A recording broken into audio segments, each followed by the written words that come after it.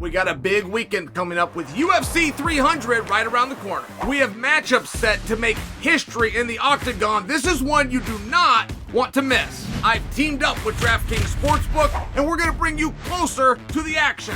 Right now, all new customers who bet just $5 will get $150 in bonus bets instantly. Download the DraftKings app right now. Sign up using my code SONNEN.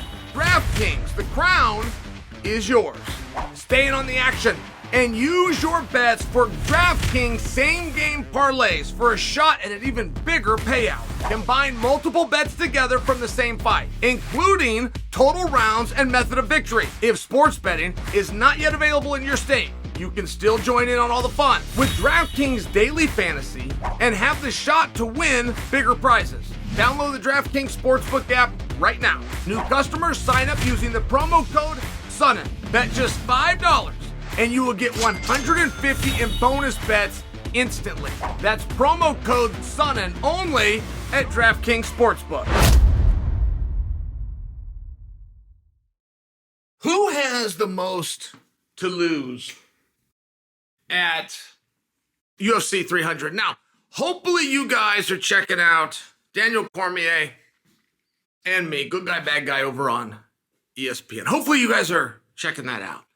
And I try to always bring you something new there, or maybe you'd say it about the channel here. I try to bring something new to the channel than you saw over there. But boy, it was such an interesting conversation that Daniel and I had. I just want to spill that over to you guys a little bit. I need to give ESPN the credit, right? Is there a question? I need to give them the credit. But just let me bend this one time. Who has the most to lose at 300? Have you thought about it like that? Because who has the most to gain is a very common question. Of this star-studded cast, the most star-studded card of all time, who is the biggest lock for the Hall of Fame? Just for example, like, these are really positive and they're fun.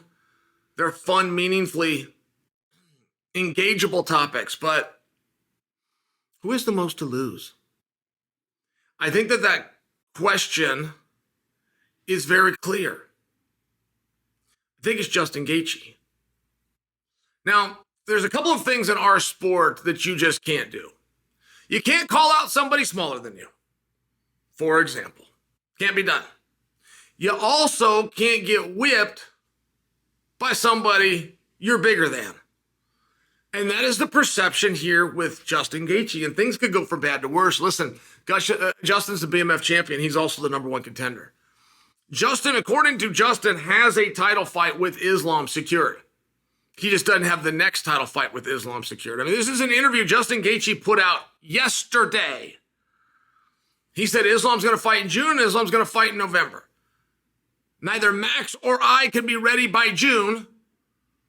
So it's going to be the Oliveira Sakarian winner.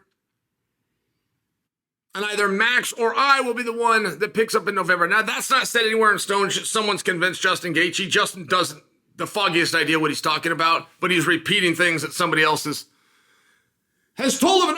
I'm only sharing for you. Excuse me. There's no title fight if Justin loses to Max. We understand that. But there's also no BMF title if Justin loses to Max. We understand that. But perception being reality, and I've never seen anything in life where that's more obvious than this sport. And if Max was to take that belt, and Max was to remove Justin from number one contendership, at Justin's age, he's not going to return to number one contendership for either. He will not. He will never fight for a BMF belt again. He'll never fight for the UFC belt again. That's just a reality. If Max was to then take that belt and that contendership and go down to 145 and use that against Ilia Topuria, that will hurt Justin even more, because that's where you activate the smaller guy element. Max was to go in and not have a good night with Ilia Topuria. That's where perception for Justin is going to be even more. There's nothing about what I just said that is to knock Justin. I have seen him many times, and Justin Gaethje is at his most dangerous when the house is on fire. He's at his most dangerous when he's angry. I will submit for you the best he has ever looked was at Madison Square Garden when he stood opposite Michael Chandler. I will submit for you that is the single best version of Justin Gaethje that the sport of MMA has ever seen. And the house was on fire, and they were trying to take his contendership. By the way, he was angry. He was in the media taking on not only Chandler, but Islam and Daniel Cormier, if you remember that time. I think I'm right. I think the one with the most to lose is Justin Gaethje, and I think that it could go from bad to worse.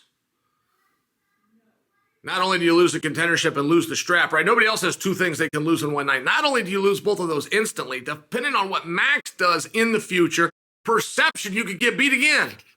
In one place you don't ever want to be facing Justin Gaethje is when you have backed him into a corner.